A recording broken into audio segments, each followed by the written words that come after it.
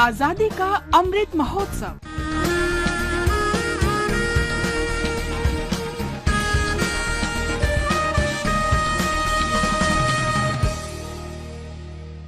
आजादी का सफर आकाशवाणी समाचार के साथ। आज की कड़ी में हम लेखक और स्वतंत्रता सेनानी पंडित माधवराव सप्रे को याद कर रहे हैं, जिनका जन्म 19 जून 1871 को मध्य प्रदेश के दमोह जिले के पथरिया गांव में हुआ था। सप्रे स्वतंत्रता संग्राम के प्रति लोकमान्य बाल गंगाधर तिलक से प्रेरित थे।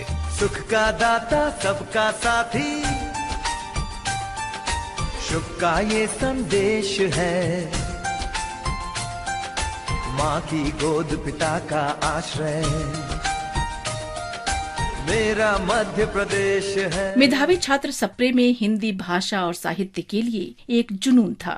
ब्रिटिश सरकार ने उन्हें सरकारी नौकरियों में उच्च पदों पर नियुक्ति के लिए आमंत्रित किया, लेकिन उन्होंने इन प्रस्तावों को ठुकरा दिया और इसके बजाय स्वतंत्रता संग्राम और हिंदी के प्रचार के लिए मामूली वेतन पर शिक्षक बनना स्वीकार किया। उन्होंने वर्ष 1900 में मासिक पत्र छत्तीसगढ़ मित्र का प्रकाशन शुरू किया।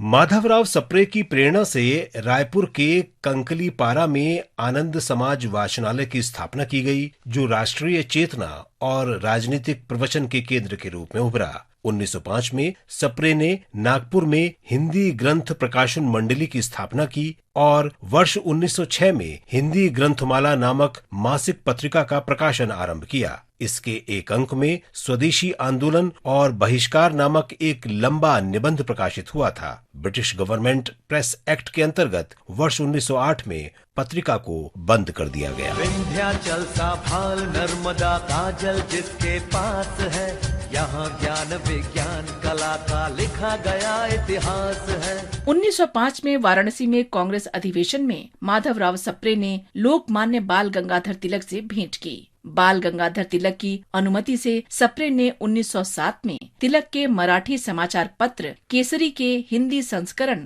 हिंदी केसरी साप्ताहिक का नागपुर से प्रकाशन शुरू किया। सप्रे ने बाल गंगाधर तिलक द्वारा मराठी में लिखी गीता रहस्य का हिंदी में अनुवाद किया। उन्हें हिंदी केसरी में काला पानी जैसे देशद्रोही लेख लिखने के आरोप में गिरफ्तार किया गया था। उर्वर भूमि सघन वन रत्न संपदा जहाँ अशेष है, स्वर सौरभ सुषमा से मंडित मेरा मध्य प्रदेश है।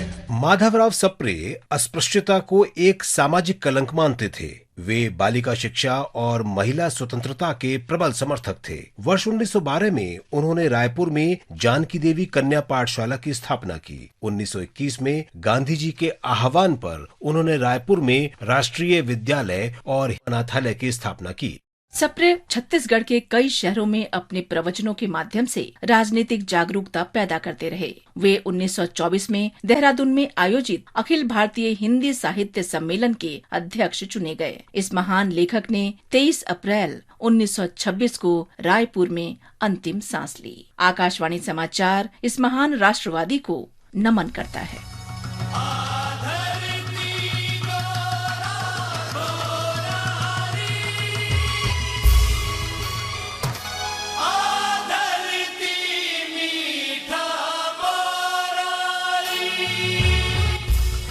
आज हम गांधीवादी राष्ट्रवादी नानाभाई खांट को भी याद करते हैं, जो 19 जून 1947 को शहीद हो गए थे। राजस्थान के डूंगरपुर के निवासी नानाभाई खांट एक लोकप्रिय भील नेता थे और रास्तापाल में भील स्कूल की देखभाल के लिए एक गांधीवादी संस्था डूंगर सेवा संघ चलाते थे। डूंगरपुर के अत्याचारी शासक महारावल ने डूंगरपुर सेवा संघ का विरोध किया और विद्यालय को बंद करने का आदेश दिया। 19 जून 1947 को पुलिस अधीक्षक और उनकी टीम गांव पहुंची और नाना भाई तथा मास्टर सेंगा भाई को विद्यालय बंद करने का आदेश दिया। इस आदेश का पालन करने से इनकार करने पर पुलिस ने सेंगा भाई को पीटना शुरू कर दिया। वे उन्हें स्कूल की इमारत से बाहर खींच कर ले गए और रस्सी से पुलिस के ट्रक के साथ बांध दिया। नाना भाई ने सेंगा भाई की जान बचाने के लिए चलते ट्रक का पीछा किया। पुलिस कर्मियों ने नाना भाई को इतनी बुरी तरह से पीटा कि उनकी मौके पर ही मृत्यु हो गई। आकाशवाणी समाचार इस महान राष्ट्रवादी को नमन करता है।